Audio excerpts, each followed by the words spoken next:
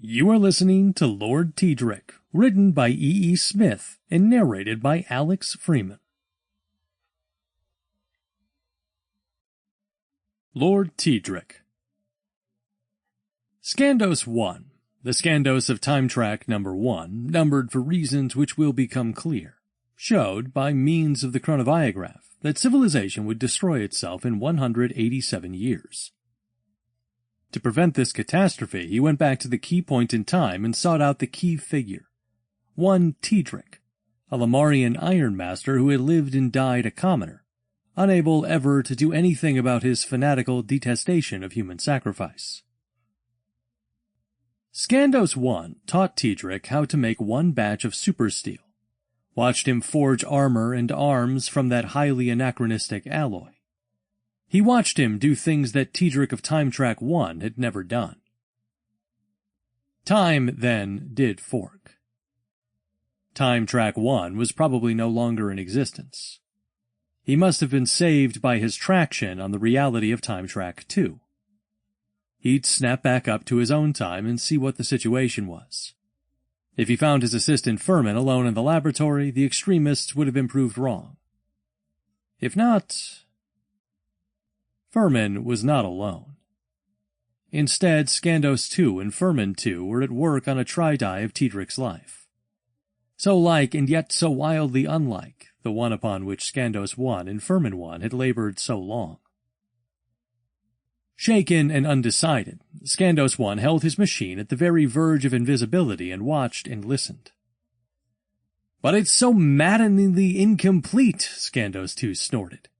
"When it goes into such fine detail on almost everything else, why can't we get how he stumbled onto one lot, and never any other, of high alloy steel, chrome, nickel, vanadium, molybdenum, tungsten steel, Mortensen super steel to be specific, which wasn't rediscovered for thousands of years? Why, it was revealed to him by his personal god Loser, don't you remember?" Freeman snickered. "Poppycock. To us, yes, but not to them. Hence, no detail, and you know why we can't go back and check." "Of course, we simply don't know enough about time. But I would so like to study this Lord of the Marches at first hand. Nowhere else in all reachable time does any other one entity occupy such a uniquely key position." "So would I, Chief. If we knew just a little more, I'd say go. In the meantime, let's run that tri-die again to see if we've overlooked any little thing."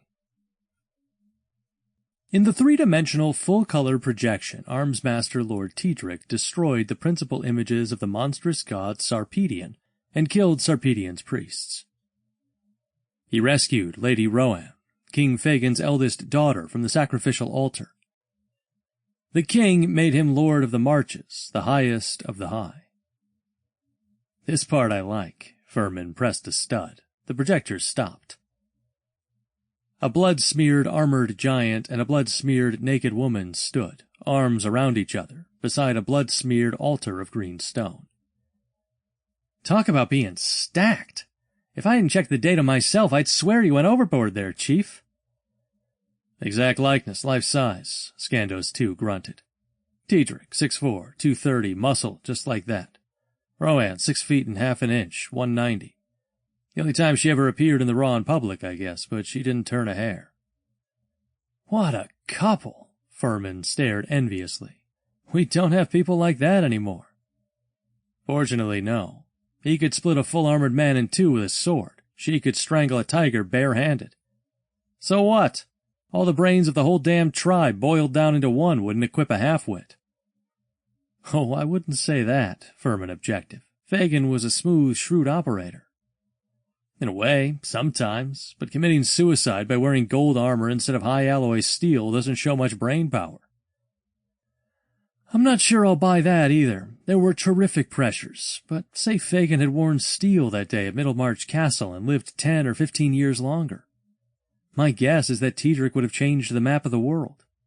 He wasn't stupid, just bull-headed, and Fagin could handle him. He would have pounded a lot of sense into his skull if he had lived." "However, he didn't live," Scandos returned dryly. "And so every decision Tedric ever made was wrong. But to get back to the point, did you see..." Sample complete. Ready to continue?